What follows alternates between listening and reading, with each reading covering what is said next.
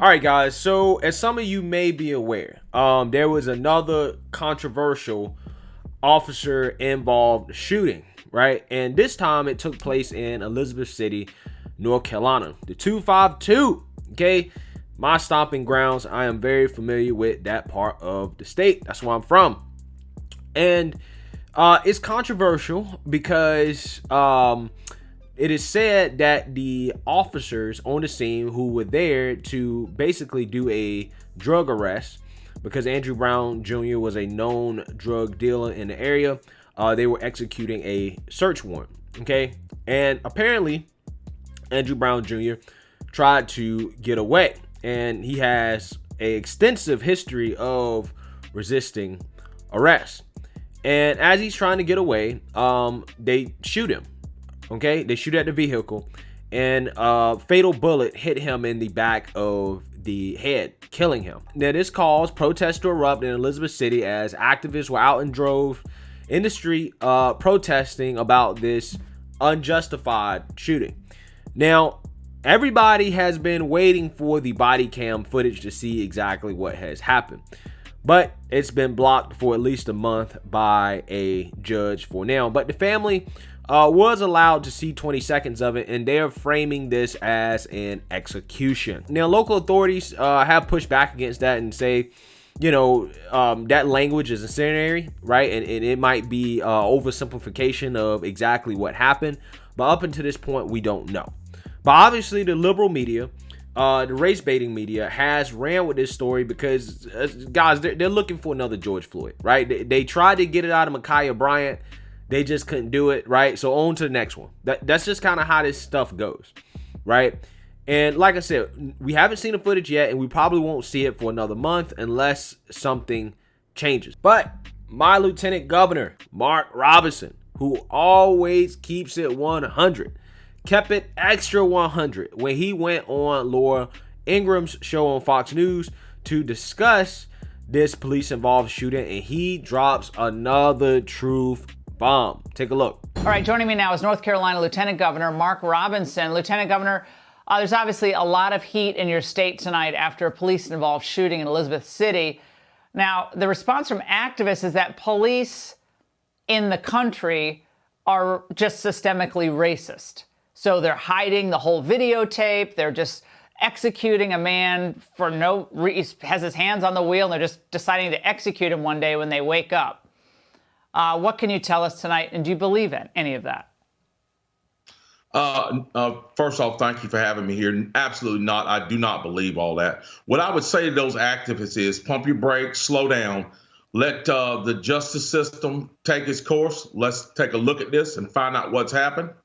What they should be focused on is the 7-year-old who was murdered in Hickory, right here in North Carolina. What they should be focused on is the 7-year-old who was murdered in Chicago last week. We are seeing murders take place of the most innocent across this nation at an alarming pace. And these activists and our politicians at our highest level are turning an absolute blind eye. One of the most disgusting things that is happening in this nation right now is that we see the poorest of the poor being murdered with impunity in neighborhoods across this nation, and nobody cares because they're too focused on these ersatz issues of injustice that they're being highlighted. Mr. Lieutenant Governor, how concerned are you about what I addressed in the angle tonight, that we keep this up, we're going to drive every good cop off the force, and young recruits are going to quit mid-training session? They're not going to want to go through this either, or the split-second decision they might have to make someday, heaven forbid. You know what folks don't understand is this. We certainly want to keep police brutality at bay. We want to eliminate police brutality. But the way that you do that is by partnering with the police to remove those bad actors from their ranks. You don't do it by degenerating a whole bunch of officers and degenerating policing altogether. If we continue to do this, I can guarantee you we're going to reach a day when we are going to sorely miss the friendly police officer, his badge, his nightstick, and his gun. And we're going to wish for those that we had those days back, because as we see right now, crime is skyrocketing.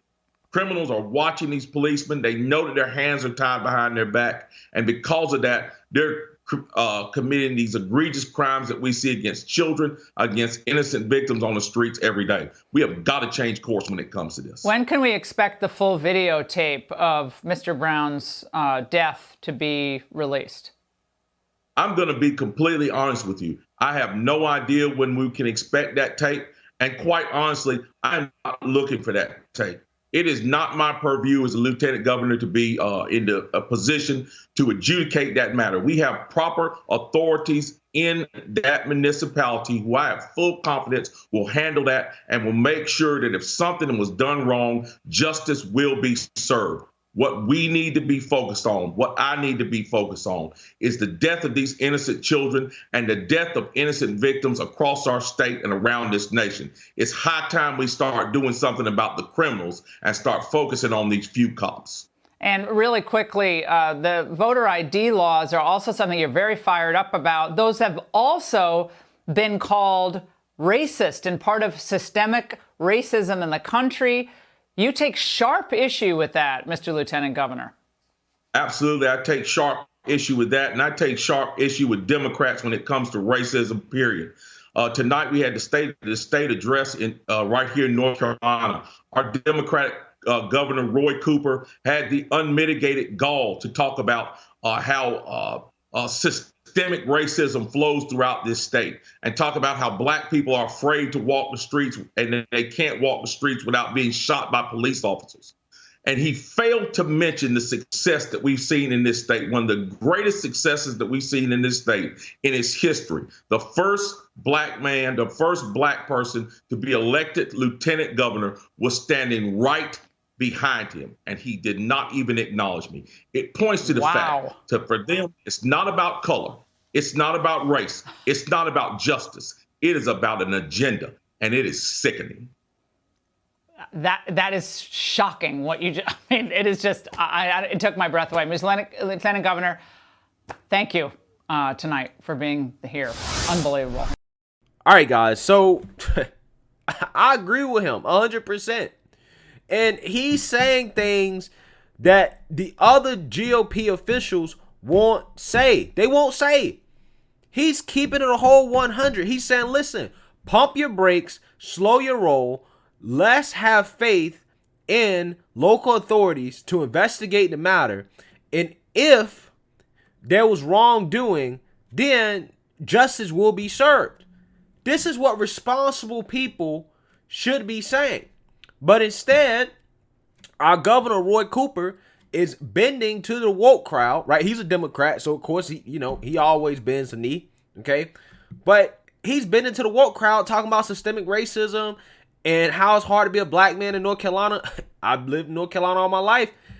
It's never been hard for me to be a black man here, okay? But again, he's not being responsible. He's not using responsible rhetoric. And I love the fact that Mark Robinson, right, has the backbone to step up and to say what needs to be said, okay?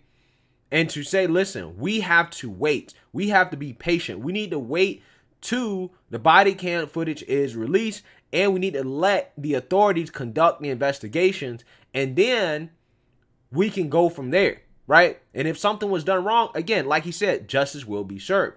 He also dropped another truth bomb to say that why are we so upset and getting mad about these few and far between police shootings, right? Most of whom are justified, but yet we have children dying in the streets every single day in America from gang violence, from senseless violence, from truly bad people that are harming our communities. Okay? And like I said, guys, the national GOP, they're not saying this. Okay? Because they don't have the cojones to challenge the woke revolutionaries because they're afraid of being called racist. They're afraid of being called racist. But Mark Robinson's not having it. He's saying, listen, my primary job, my primary focus as lieutenant governor is to worry about those innocents whose lives are being lost every single day, right? He cites 7-year-old Jocelyn Adams, who was killed in Chicago, right? Due to senseless gang violence. And other kids across the country that are being killed senselessly. I mean, guys, there was a post on Twitter, right? And I think Tatum did a video on this. in which he just had a whole thread of children that have been killed and have lost their lives in this country, right? A lot of whom are black children. And nobody says anything. Nobody cares. And, you know, there are people that always want to talk about, well, anytime there's a police involved shooting, why do you deflect and talk about other types of crimes and murders, right? Particularly, they want to talk about black on black violence. Well, the reason why is because, listen, if you care about black lives, right, like people say they do, why is it that we only care about the ones that are lost due to police, particularly a white police officer? But there are only like 250 of those that occur per year, okay? And a majority of whom are justified. Now, that's not to say that this situation with Andrew Brown Jr. is justified. I don't know that yet, right? That's the whole point of this video. I don't know. But there are over 7,400 black murder victims per year, a majority of them killed by other black people. Why is it that people want to get out and protest in the street over things like this, right? They haven't even seen the body cam footage yet. Why do people want to be upset about this, but they never want to protest and get mad about the murders that happen to innocent black people all the time, right?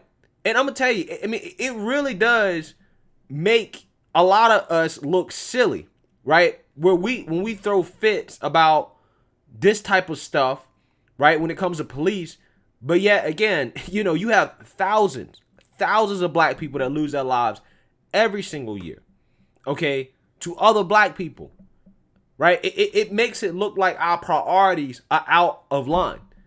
And it's 100% true. He's right. The priorities are out of line. We're worried about the wrong things. And again, guys, I've been very consistent on this police stuff. Like, I don't think that police brutality is even a top 10 issue in the black community. It's just not. Okay? And that's not to say that it's not an issue to a certain extent, but I feel like, in my opinion, the drug war, okay, is probably a bigger issue, right? That's probably a bigger issue. Education is probably a bigger issue. Healthcare is a bigger issue, right? Things like that really actually do affect people's lives, right? Well, you have literally thousands, if not millions of people that die from those things every single year because of these things. Those are issues that people really need to be addressing, right? We have to stop focusing on few and far between incidents that get highlighted and thrown in front of us because of social media, and start focusing on how to prevent interactions with the police in the first place, right? If crime rates weren't so high, there wouldn't be much interactions with the police. There just wouldn't be, right? If our priorities were actually in line, right, in terms of dealing with the internal violence within the communities, you wouldn't need the police, right? There would be less interactions with the police, therefore less people dying from the police. But the fact is that when you have high levels of violence, right, high levels of murder, when people are killing each other in the streets, yeah, you're going to have more police interactions. And with more police interactions, you're going to have more people be shot and killed. That's just statistics. That's just how populations work, right? That's just how it works. But for whatever reason, nobody wants to talk about the real issues. Everybody wants to protest in the street about a white man who was a police officer, you know, killing a black person, but they never have anything to say when it comes to black people killing themselves. And it seems like the only people that can actually speak on this issue and not be called racist for it are black people, right? But what Mark Robinson is saying is what the GOP needs to be saying. And I'm not like some of these other people that think that we don't need any police reform. I think Tim Scott's bill is in the ballpark, right? We definitely should have some more transparency about police interactions, right? But I'm not necessarily in the boat for trying to have some type of revolutionary change, okay? Because I don't think we need it. And also, it's just not that big of an issue in my opinion. It's just not, right? It's just not. Right? I interacted with a police officer today. Had to ask him for directions. He didn't shoot me. But, you know, anyways, kudos to Mark Robinson for keeping it 100.